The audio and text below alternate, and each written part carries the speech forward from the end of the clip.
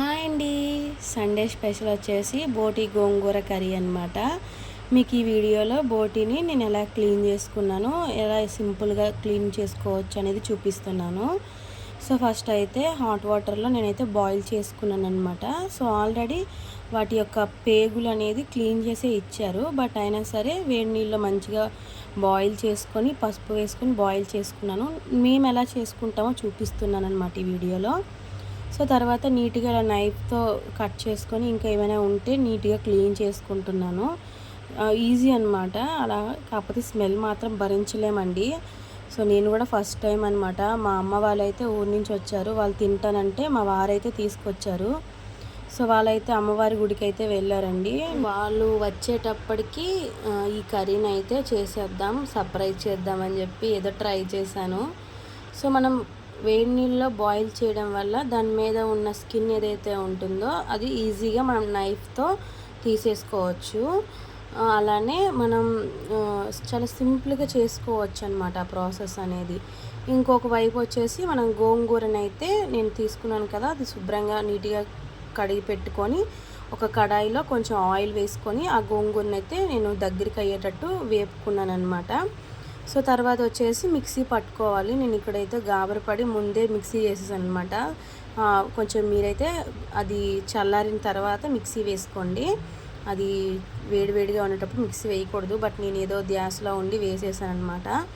ఇంకా ఒక 2 medium size ఆనియన్స్ని తీసుకొని మంచిగా చిన్న ముక్కలుగా కట్ చేసుకున్నాను. ఒక 3 పచ్చిమిరపకాయలను కట్ చేసుకున్నాను. మన కర్రీకి సరిపడా ఆయిల్ వేసుకొని ఆ ఆయిల్లో వచ్చేసి మనం ఇవి మంచిగా గోల్డెన్ కలర్ వచ్చేంత వరకు ఫ్రై చేసుకోవాలండి నీట్గా.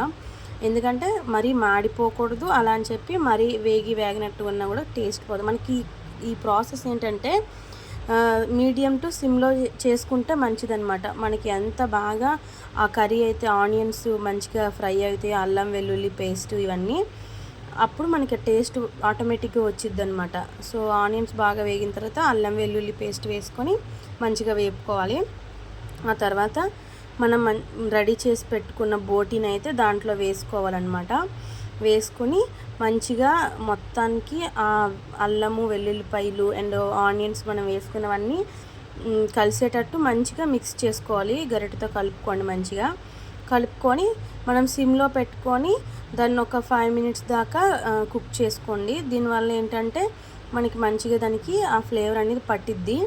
ఇలా బాగా వేగించుకోండి. ఆయిల్లో మనకు కొంచెం వేగాలన్నమాట బోటి, అప్పుడు ఇంకా బాగుంటుంది. సో మంచిగా ఇలాగ అయిన తర్వాత ఒకసారి మూత తీసి కలుపుకొని ఇంకా మూత పెట్టేసి మరొక 2 మినిట్స్ అయితే ఉంచారనమాట. నాకు కొంచెం ఇంకా వేగాలి అనిపించింది.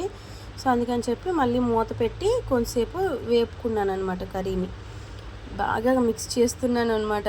అంటే ఫస్ట్ టైం కదండి నేను ట్రై చేయడం, అమ్మని కనుక్కున్నాను ఆల్రెడీ.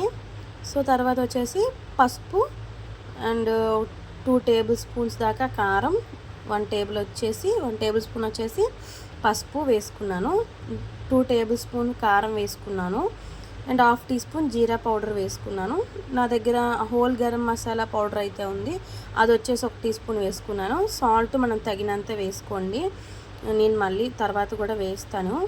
ఫస్ట్ అయితే కొంచెం వేసుకున్నాను అనమాట. గోంగూరలో కూడా మనం వేసుకున్నాను సాల్ట్, అది చూసుకొని వేసుకుంటున్నాను అనమాట. ఇక్కడ మంచిగా మసాలా పసుపు కారం అన్నీ పట్టేటట్టుగా మంచిగా కలుపుకొని మరొక 3 మినిట్స్ అనేది మనం మూత పెట్టుకొని సిమ్లో పెట్టుకోవాలండి. స్టవ్ ఎప్పుడైనా సరే సిమ్లో పెట్టుకొని అది మూత పెట్టి ఉంచుకోవాలి. సో ఇలా చేయడం వల్ల ఏంటంటే మనకి ఆ కారం ఉప్పు అనేది ఆ బోటీలోకి మంచిగా పట్టిద్ది అనమాట. సో దానివల్ల టేస్ట్ ఇంకా బాగుంటుంది. ఇలా మంచిగా కలుపుకొని ఒక గ్లాస్ అనమాట, ఆల్రెడీ మనం బాయిల్ చేసుకున్నాం కాబట్టి ఒక 1 గ్లాస్ అయితే వాటర్ వేసుకొని మంచిగా కలుపుకొని మూత పెట్టేసి ఉడికించుకోండి. దానివల్ల ఆ వాటర్కి ఇంకా మనకి అబ్జర్వ్ చేసుకుంటుంది బోటీ అనేది. అలా మంచిగా అబ్జర్వ్ చేసుకున్న తర్వాత ఒకసారి మూత తీసి చూసేటప్పటికి నాకు కొంచెం వాటరీగా ఉంది. దాన్ని మళ్ళీ ఒకసారి మిక్స్ చేసుకొని మనం ముందుగా కుక్ చేసి పెట్టుకున్న గోంగూర ఉంటుంది కదండి, సో ఆ పేస్ట్ని వచ్చేసి మనం ఈ బోటి కూరలో వేసుకోవాలన్నమాట. సో వేసుకొని మంచిగా ఈ ప్రాసెస్ మనం సిమ్లో పెట్టుకొని చేసుకోవాలండి, హైలో పెట్టకండి. మీడియంలో కానీ సిమ్లో కానీ పెట్టుకోండి. సో గోంగూరని మొత్తాన్ని వేసేసుకొని మంచిగా కలిసేటట్టు కలుపుకోండి. ఈజీగానే కలిసిపోతుంది, ఎందుకంటే మనం ప్యూరీలా చేసుకున్నాం కాబట్టి. గోంగూర ఎప్పుడైనా సరే మిక్సీకి వేసుకోండి. దీనివల్ల ఏంటంటే మనకి ఆకుగా తగలదు, మనం తినేటప్పుడు స్మూత్గా ఉంటుంది. ఇంకొచ్చేసి మంచిగా కలుపుకున్న తర్వాత ఉడికించుకోండి సిమ్లో పెట్టుకొని. కొంచెం ఆయిల్ అనేది మనకి పైకి తేలేటట్టుగా ఉడికించుకోండి. సో అలా వచ్చేంత వరకు ఉడికించుకొని, ఈ ప్రాసెస్లో మీకు చెప్పడం మర్చిపోయాను, మనం అప్పుడే టేస్ట్ చూసుకోండి. మీకు కారం కానీ సాల్ట్ కానీ తగ్గినట్లయితే అప్పుడు మిక్స్ చేసుకొని ఒక 5 మినిట్స్ మూత పెట్టుకొని మనం కుక్ చేసుకోండి మీడియంలో. సో దానివల్ల టేస్ట్ ఇంకా బాగా వస్తుంది అనమాట.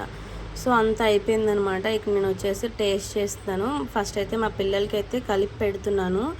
వేడి అన్నంలో మనం ఇలా మంచిగా బోటి గోంగూరని వేసుకొని అలా తినిపించానమాట మా పిల్లలకి. సూపర్ మమ్మీ అన్నారు. ఇంకా నేను కూడా వేసుకొని తింటున్నాను అనమాట ఇక్కడ.